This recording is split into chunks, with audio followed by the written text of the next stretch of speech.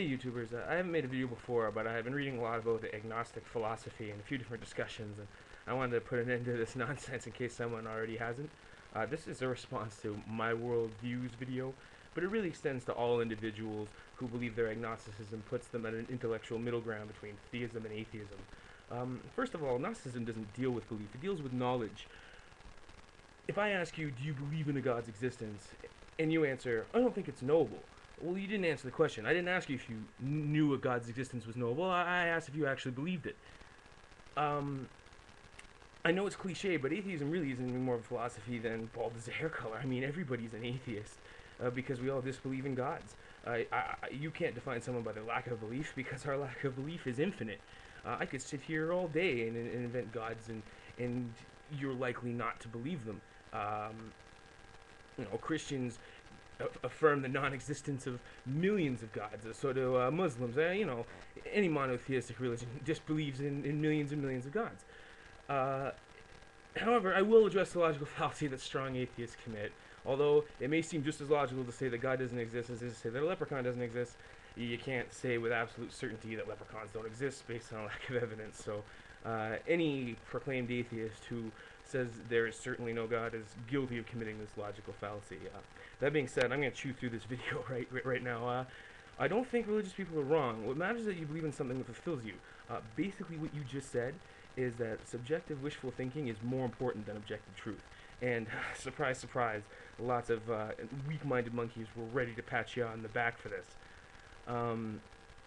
As long as they don't try to force their morals and beliefs on me. Okay, now I don't know where you're from, but maybe you should look up something like a blue law or Prop 8 or the religious affiliations of U.S. congressmen, or read a newspaper about Islam's effect on the world on the other side of the ocean. It's pretty big. It's an issue. It's not something that holds small control over our world. I mean, 2/3 of the world is affiliated with an organized religion.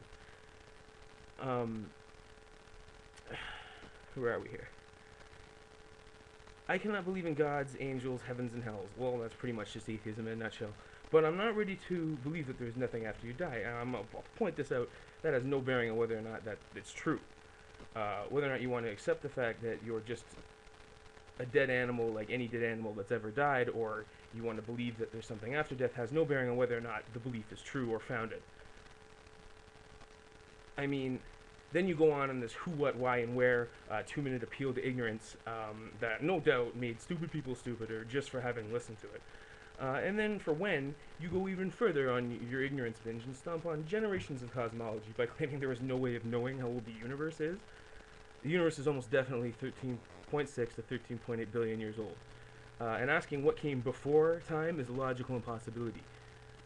There can be a moment before time. If you're asserting that a super consciousness can exist and transcend the laws of physics, well then I'd say that's just as unlikely as Yahweh or Thor or Odin or Osiris or what have you, or Blogmir, the god I just made up in my head. Supernatural is supernatural, no matter how you stab it. If you want to consider one supernatural concept, then you have to consider all of them. Your entire argument for the possibility of a god is by lack of imagination, and it hurts my head that so many people 5-starred this video. You criticize religious people for taking the convenient answers, and then make a whole video about how accepting a lack of knowledge is a respectable position. You think giving up on God is childish? Well, then why don't you just believe in Santa Claus, because it might be more personally fulfilling than believing that the presents didn't arrive by supernatural means.